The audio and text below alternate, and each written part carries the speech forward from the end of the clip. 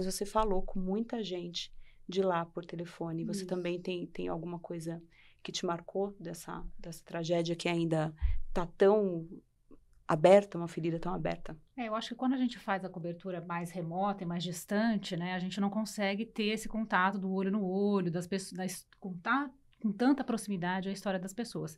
E aí eu acho que a gente buscou aqui na Gazeta ter uma precisão muito grande da informação e atrás de fontes oficiais, né, para não correr riscos também de cometer equívocos de tão longe, né. Então, nós procuramos sempre entrevistar, né, os prefeitos das Os cidades oficiais, né? O que atingidas, era mais oficial. quando, por exemplo, vinha uma notícia num portal de que 140 crianças em Canoas estavam perdidas de suas famílias. Isso me impactou muito.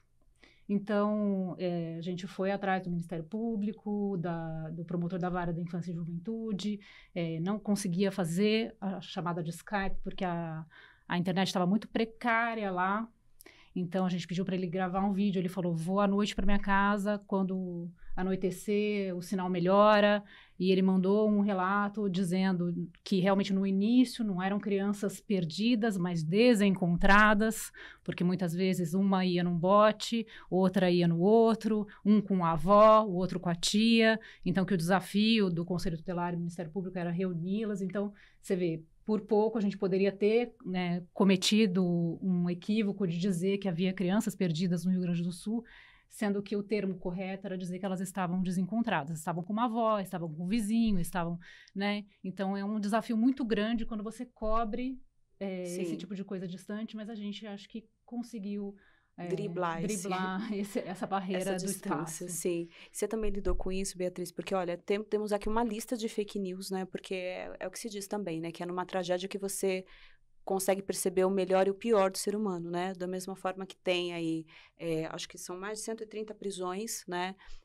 De pessoas, entre golpes, entre furto, roubo, abuso sexual em abrigo, enfim, coisas, né, que a gente não consegue mensurar que isso aconteça. Você também teve alguma dificuldade para separar ali o joio do trigo na hora de noticiar?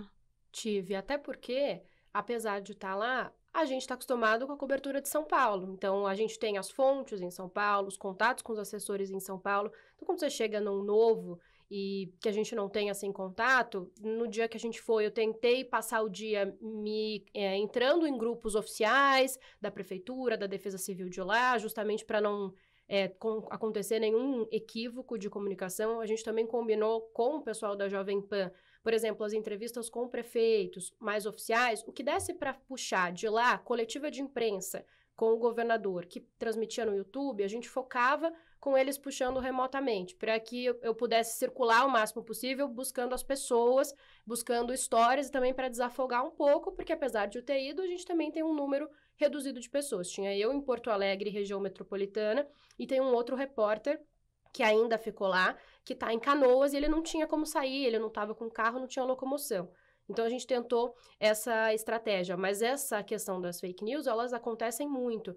Eu fui visitar alguns abrigos e muito se falava dos abusos sexuais. Tem muito abuso, tem muito abuso. Aí a gente foi atrás da delegada que estava cuidando daqueles abrigos para mulheres e crianças que foram abertos. A gente visitou 2. E ela me falou que realmente isso estava acontecendo, mas um dado muito interessante que a gente não tinha no meio, quando a gente só ouve as histórias, é que a maior parte não eram abusos, por exemplo, de um desconhecido com uma desconhecida que estavam naquela quadra, mas eram abusos que aconteciam dentro de casa, já daquela pessoa, violência já doméstica, então colocada ali, só que agora, como essas pessoas estavam resgatadas num ambiente em comum, aquela violência doméstica ou contra a mulher, ou aquele abuso contra a criança de pessoas que moravam na mesma casa, estavam aparecendo.